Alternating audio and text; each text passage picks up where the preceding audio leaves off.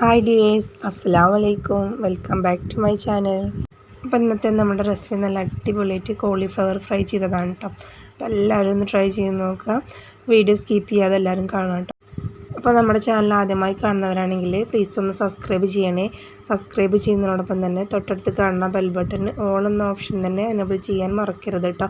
എങ്കിലുള്ളൂ ഞാനിടുന്ന വീഡിയോസ് നോട്ടിഫിക്കേഷനായിട്ട് നിങ്ങൾക്ക് ലഭിക്കുക. അപ്പോൾ അതാ ഞാനിവിടെ 2 കോളിഫ്ലവർ എടുത്തിട്ടുണ്ട് കേട്ടോ. എന്നിട്ട് ഇതുപോലെ ചെറിയ പീസാക്കി കട്ട് ചെയ്തിട്ടുണ്ട്. ഇത് നമുക്കൊന്ന് തിളപ്പിച്ചെടുക്കണം.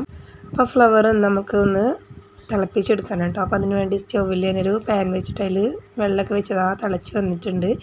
ഇതിലേക്ക് നമുക്ക് ഫ്ലവർ മുഴുവനായിട്ട് ഇട്ട് കണ്ടൊന്ന് 2-3 മിനിറ്റ് ഒന്ന് തിളപ്പിച്ചെടുക്കാം കേട്ടോ. ഇത് തിളപ്പിക്കുന്നതോടൊപ്പം തന്നെ ആവശ്യത്തിന് ഉപ്പും കൂടി ചേർത്തിട്ട് വേണം കേട്ടോ. അപ്പോൾ അതൊന്ന് തിളച്ച് വരട്ടെ. അപ്പോൾ അതൊരു 3 മിനിറ്റ് ആയപ്പോൾ തന്നെ ഫ്ലവറൊക്കെ നന്നായിട്ട് തിളച്ച് വന്നിട്ടുണ്ട്. ഇത് നമുക്ക് ഈ വെള്ളത്തിൽ നിന്ന് കോരി മാറ്റി ഇതിലുള്ള വെള്ളമൊക്കെ ഒന്ന് തോരാൻ വേണ്ടി വെക്കാം കേട്ടോ. ഇതിലേക്കുള്ള മസാല ഒന്ന് തയ്യാറാക്കാം കേട്ടോ.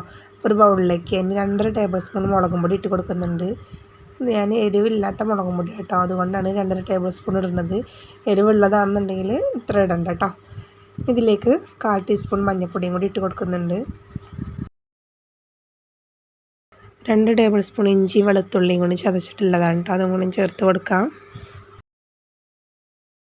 ഇനി ഇതിലേക്ക് ഒരു 3 ടേബിൾ സ്പൂണ് അരിപ്പൊടിയും കൂടി ചേർത്ത് കൊടുക്കാം. കോൺഫ്ലവർ അല്ല, അരിപ്പൊടിയാണ് കേട്ടോ. ഇതാണ് കേട്ടോ അതിൻ്റെ മെയിനായിട്ട് വേണ്ടത്. ഇതിലേക്ക് ഒരു 2 ടേബിൾ സ്പൂണ് സുർക്കയും കൂടി ചേർത്ത് കൊടുക്കാം. ഇനി അതൊന്ന് മിക്സ് ചെയ്യാൻ വേണ്ടിയിട്ട് നമുക്കൊരു 1/4 കപ്പ് വെള്ളം കൂടി ചേർത്തിട്ട് നന്നായിട്ടൊന്ന് കൈ വെച്ചിട്ടൊന്ന് മിക്സ് ചെയ്തെടുക്കാം കേട്ടോ.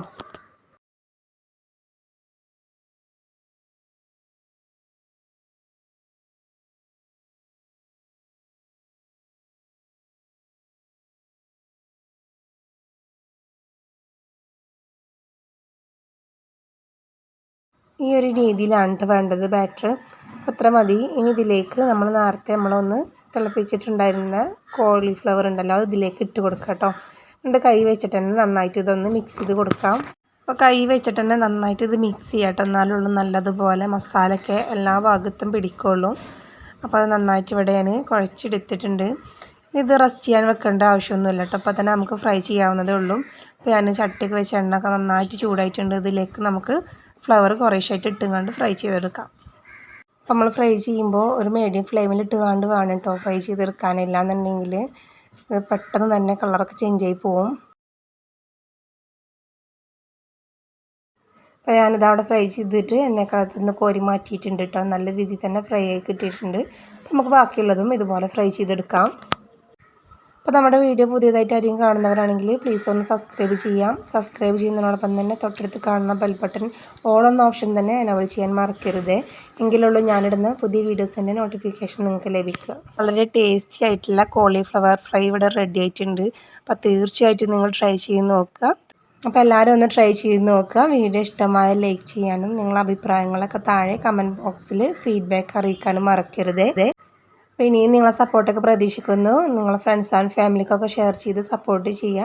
അപ്പോൾ ഇൻഷാ അല്ലാഹ് അടുത്തൊരു പുതിയ വീഡിയോ ആയിട്ട് വരാം. അതുവരേക്കും എല്ലാവരോടും അസ്സലാമു അലൈക്കും.